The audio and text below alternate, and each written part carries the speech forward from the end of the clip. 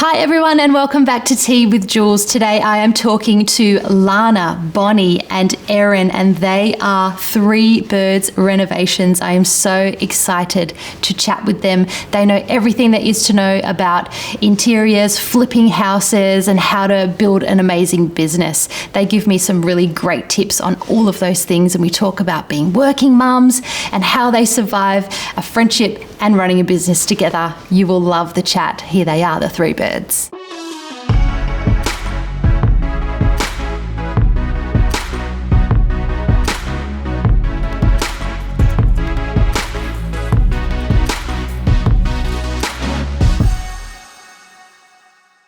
Three Birds. I'm so excited to excited to be here. Yeah. We've been watching it for ages. Oh, have you? Yeah. Same goes. We've been stalking each other. Bonnie, Erin, Lana make up Three Birds Renovations. Tell me who you are, what you do, and why we're here. I grew up in a family that renovated, and I'd always wanted to flip properties as well. Ez and I job shared for many, many years, so I knew we worked well. She always kind of we were in event management, and I did the creative, she did the operations, and then we got old Buggerlugs on board as well. Oh, is that me? Yeah, no, that's right.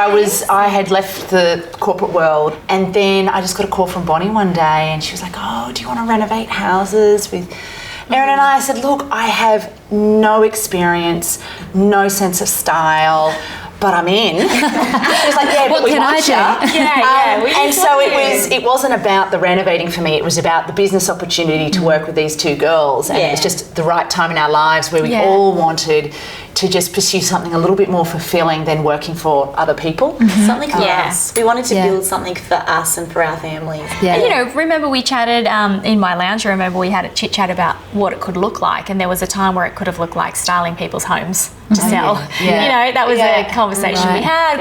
Could it be this? Should we buy houses? Should we do other people's? We knew Bon had that interior design skill and flair, and Lana's from her marketing background, and then me with the just organisational skills. So you guys join forces. Lana joins the family, and I think then what? we all resigned from our jobs, and it was a big step to do that because for some people they're like, "Oh my God, I can't believe you're doing it." So we started sharing it on Instagram just with our mates, and then eventually it just started. We'd get the odd person say, "Oh, how did you do that? Yeah. Where'd you get that from?" And I think, to be honest, I really had no idea if Bonnie was any good at her job. So when we started out, there was certainly no sense of we're going to be marketing this or anything. It was just that we were going to be private property flippers. We were going to buy, renovate, sell, see if we could make some money off that. Basically not tell a soul, because I didn't know she was so talented, and I knew I wasn't. So, and I wasn't sure that Erin was the designer and the creator that creates a beautiful home.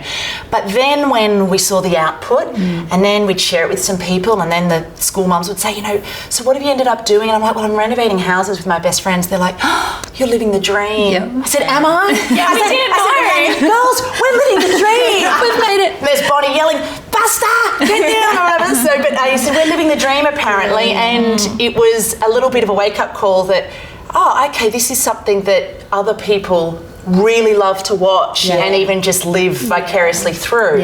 So your we just marketing shared. ears pricked up. Then me and the little marketeer and the the brand, and I could see the beautiful brand that we could build. And so I finally found my role in the company. She finally had a job. I finally had a job description.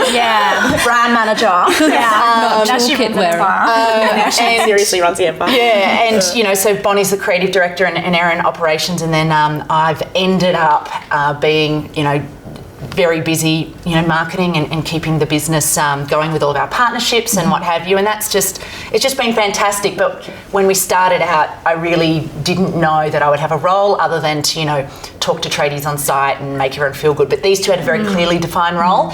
Mine was not. But that didn't bother me. I knew something would come up. Being the creative mind behind this, that is, we see this round table, you see an elaborate piece of whatever it's going to be, but it's all of those steps in order to get it there. Because you haven't gone to school, you haven't done I'm not trained. study. I'm a PE teacher. She's you just qualified have in PE the mind. teaching, which hasn't really helped us on the renos. No, we don't even stay fit. We don't even stay fit. We don't. But I think it's just those things are sometimes innately in you, and you either kind of have them or you don't. But I've learnt that you can actually learn those things, because Lana does not innately have that in her. Yeah. She could design a house now and it would be beautiful. Wow. When we started our business, there's no way she could have designed anything. Like, honestly, I think you're the first to say you couldn't choose a pillow. Okay, just steady on. Yeah. But the pillows I chose were awful. We've got so many examples of where people have done our Reno school and learned and said, look what I've done, and they've shared it and it looks amazing. Yeah. But I think Bonnie's this great sort of example of nature versus nurture, in that I think she was born with it in her blood, but she also grew up surrounded by it. Yeah. So how much did she absorb through her upbringing and watching her mum and dad renovate house after house after house? Yeah. I know she learnt so much from that as well. I did, yeah. I mean, Mum and Dad would buy the worst house in the street. Yeah. It would get renovated and flipped, and we would have the best house in the street, and then we would move to another the worst house in the street. So Bonnie never really got to enjoy it. Yeah, so we never enjoyed our, the beautiful homes. homes. We were always living in a garage, or Mum and Dad were cooking off a cooktop in some random room. Wow. And I find sometimes as the business has progressed, there's more pressure on me to perform. So I now feel like this artist that's like, she gets nervous before like the first room reveal. Yeah. She's very nervous because she feels like it's an art gallery and she's about to reveal. Whereas I feel We're no totally nerves. detached from that. We're just feeling. detached. We're just think, oh, it's fabulous. Yeah. Here we go. Yeah. And And we've she's seen like, it a million times as well. which so just picture are you like, going with first? Which room?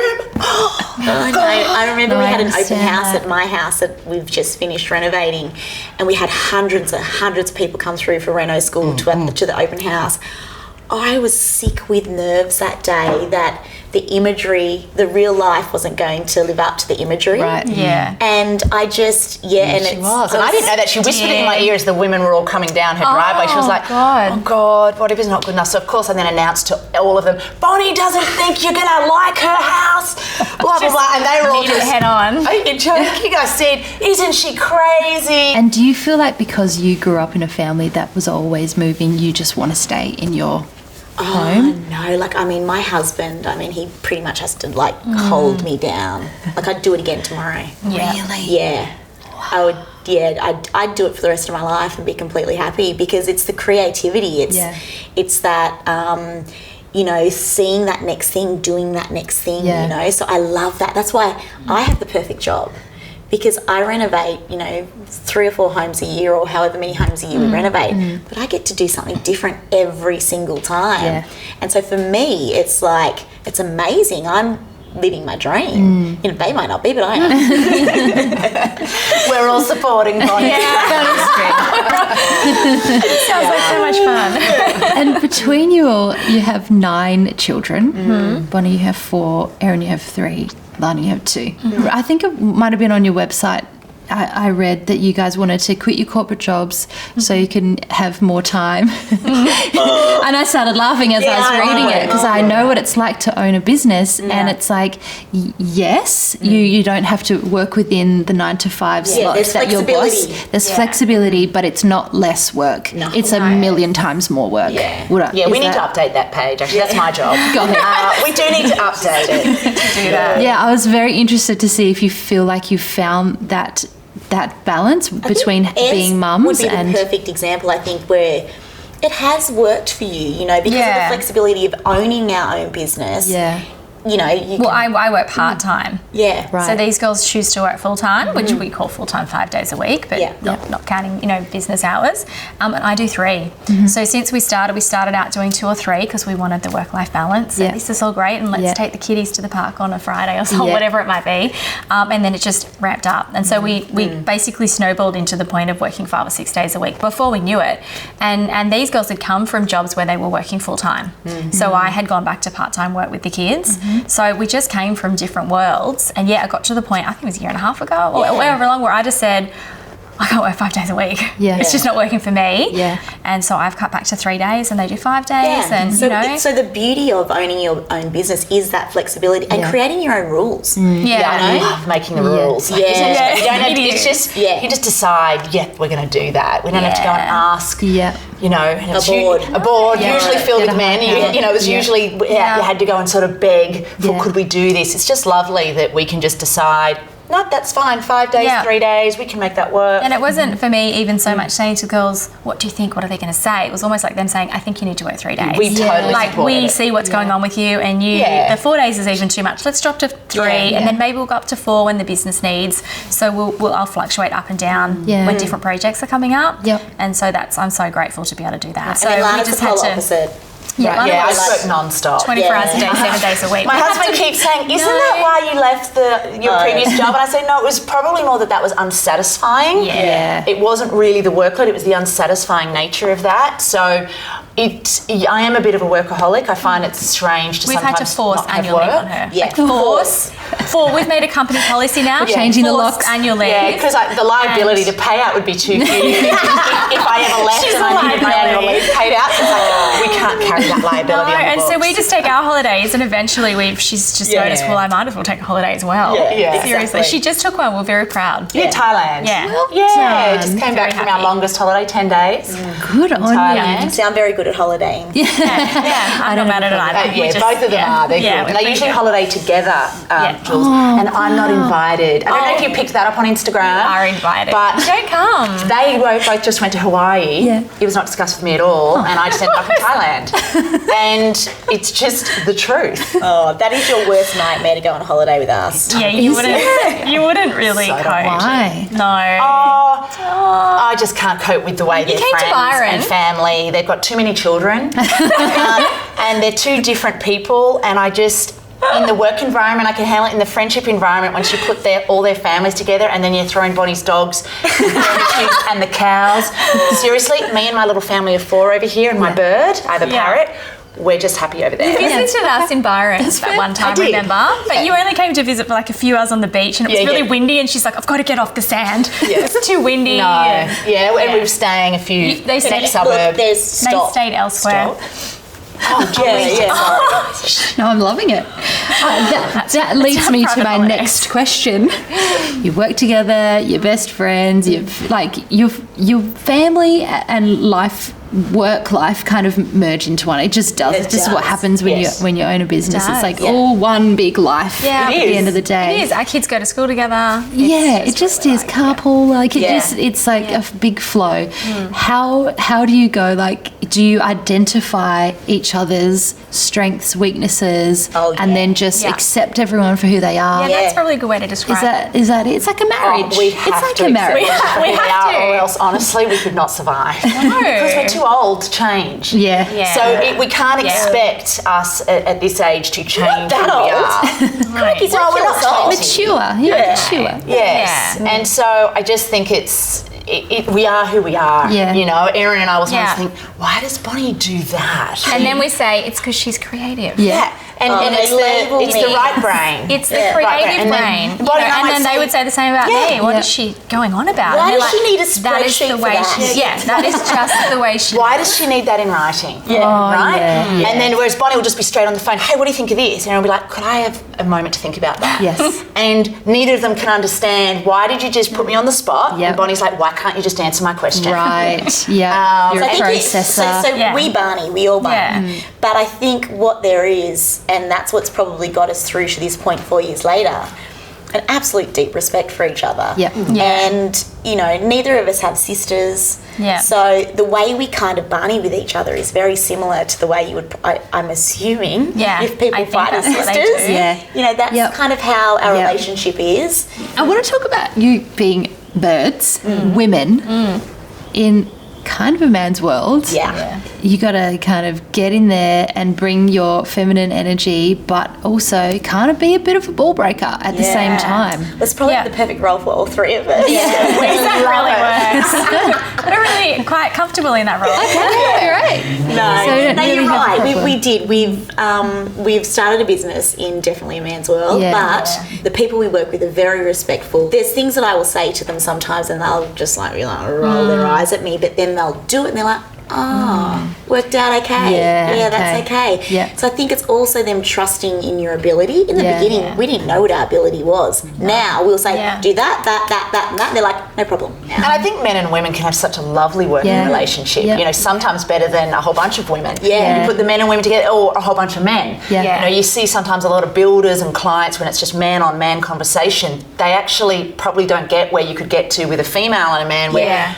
females are known for great communication skills, where they might we'll really say what we want really clearly. Could you have ever foreseen the success that Three Birds Renovations has come to? No, because we didn't have a clear business plan and path when we started. So say the first house we renovated, we were purely renovating that house to flip it and make a profit for ourselves, and that was it. And that's so far-fetched from what the business is today.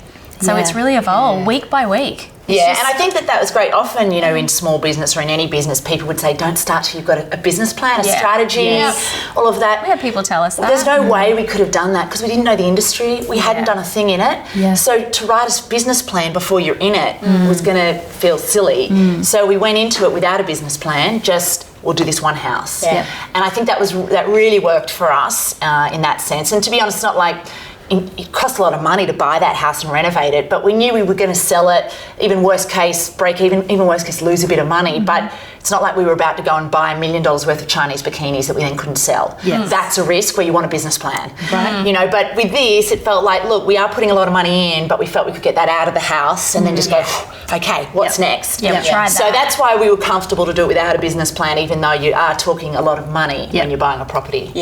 You guys have so much wisdom. Can I just get from each of you in your field the role that you play within the business, a top 3 tip on Bonnie, interiors and design and spreadsheets? It's so far from, I'm like Bonnie, I'm like, what? Like, just wake up that day, what am I doing? Like, I have no plan. My diary? Oh, good. Someone else put that in there for me? Awesome. That's exactly how I am. So this whole like having like, we're going here and this is how we're getting there. Yeah, it's so interesting to me. And of course you have just, the business has blown up because of your strategic marketing, and it's everywhere. Like literally everywhere you turn is a Three Birds Renovations something story. You know, like Instagram's on your feed. It's everywhere you turn, and that's down to your strategy. So, can you give us top 3? I always design a house based on how you want that home to feel. Yeah. So think about how you want your home to feel and how you want your family to live in that home. So that would be the first tip. Second one is don't be scared, because, you know, whatever you do is going to be better than what you did before. So what's the saying, Lana? Yeah, don't let perfect get in the way of better. So that's great. You know, people seek perfection, so they don't actually start the renovation because they haven't perfected it. But then anything you do is better than what you're living with right now. So just better is better. That's a good life. It is. Kind It's of a good quote. life. We use that with our business. I would use that personally, The third one would be do Reno school. Do the styling section. Yes. You know, you learn so much, and it is really invaluable if you were about to renovate your home, because it's just got all those tips, those little things, like how big should your lounge be? What should you do with your rug? You know, all of that kind of stuff. So that'd be my And it was hard because, you know how Bonnie said, sometimes I don't know how to say what I'm doing. I don't know how it is I create a room. It's really hard to get Bonnie to put that into words. And I'd say to her, Bonnie, but you need to tell people how to design, how you do a lounge room. She goes, but it's all in my head. I said, so is that what we're going to tell people? That's what I had to say to us. I said, right, so we'll just write that down, shall we? I don't know what to say. And she goes, okay, sorry, baby. All right, let me just think more about this. But it was pulling teeth a bit to get what was in her head onto paper. But we finally got there, but it wasn't easy. You just get asked, like, you know, we get asked so many questions, like, how high should I hang my pendant light above my kitchen bench? It's a great question. You know, it's a wonderful question, but it's also we ask Bonnie, and she's like, I don't know on that the high. bench. It depends on the pendant so many light. different things, but there are rules to that. That like there's like rules to few that rules. don't do that. You know, so that's a good thing. You know, and then Oh this my is the God, complete my opposite. three. We're like, we're like So opposite to each other. Oh, far out. My three tips. I think it's really important to just remember the journey you're on and where you're going to get to. So enjoy the journey. Enjoy the journey of renovating. When the times get tough, because they will, something will get thrown in your face. You think it's the end of the world. It's actually not. It's just, if you think of it like you guys sound like you are, it's learning. Yeah. So every time something pops up and you don't know what you're doing, or the decision feels so overwhelming, it's like, just make it and go. And I think my second would be communication. Throughout this whole process of renovating, building, whatever it might be, even setting up a business and whatnot, communication. And communicating, which is what we've learned, is not only the way that you're comfortable communicating, but understanding how people need to receive that communication. Yes. So understanding. Erin and I learned that. Yeah. I mean, we'd only worked 10 It's your years love together, language. yeah. It's your love language. It's love language. We talked about that. Don't you love that love language? And you might have a brilliant trade who you need to explain things to, and you've got to talk in their way so they understand. And also with your partner, with your family. You know, some people are living with family while they're renovating, for example. You've got that environment to deal with, and communicating, and just stay on track and remember. Okay, and my third thing, I think what's super important is just to understand your budget. Yeah. So not just set it, but be really realistic about it. Yeah. And realize, and also conversely realize that it is just money.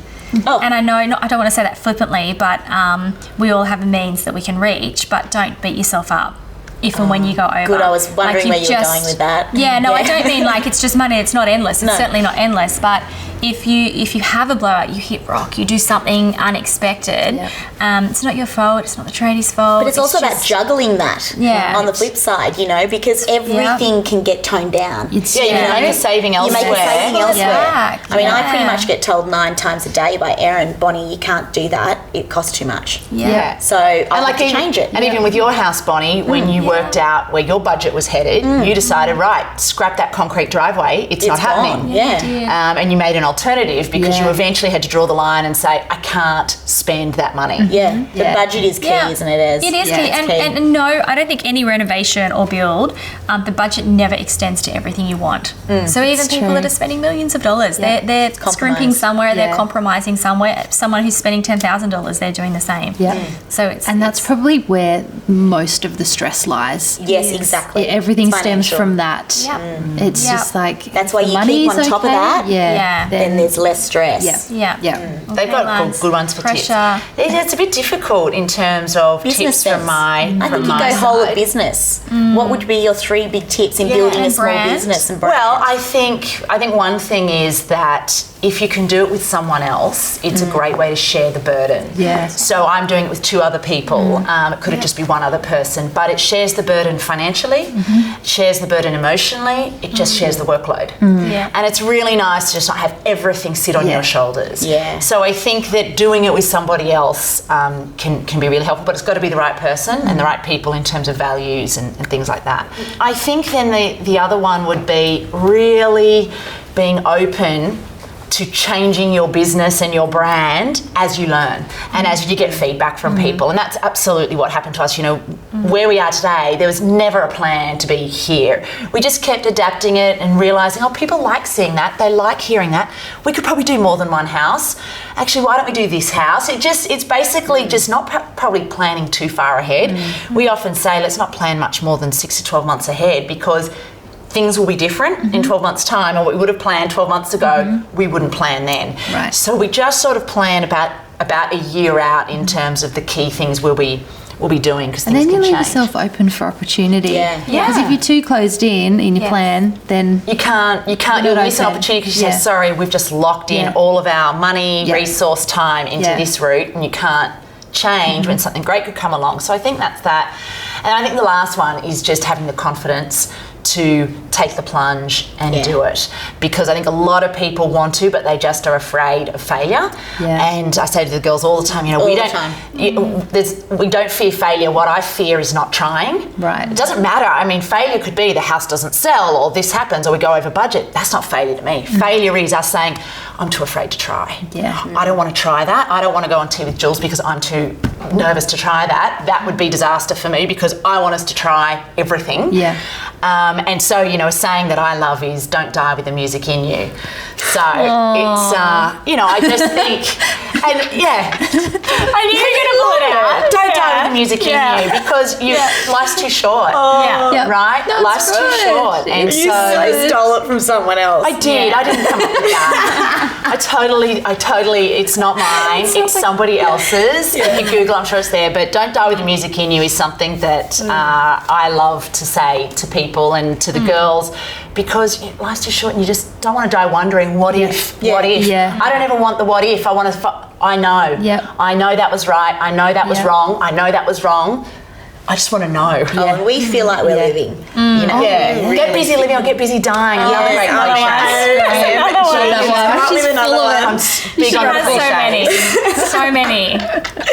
It is particularly on a night out. Yes. There's a lot of wisdom. I feel like everything is transferable into life. Like life is like building a house, really. It's one big event. Speaking of cheap cliches, it really is though. Like you've got to have a good foundation in order to. No, but truly, there's so much you can take life wisdom from what you guys do in your job, and we love you guys and love watching what you're doing, and you're so inspiring, and we all just want to renovate our houses. And I'm so glad and grateful that I've been able to do that in my own life. It's such a privilege. Experience, isn't it? It is. Thank you so much. I so appreciate you coming. Thanks for having me. So much fun. I don't mind a bit of cold tea. Oh, really? I like tea that much. No, I'm for warm tea. Yeah.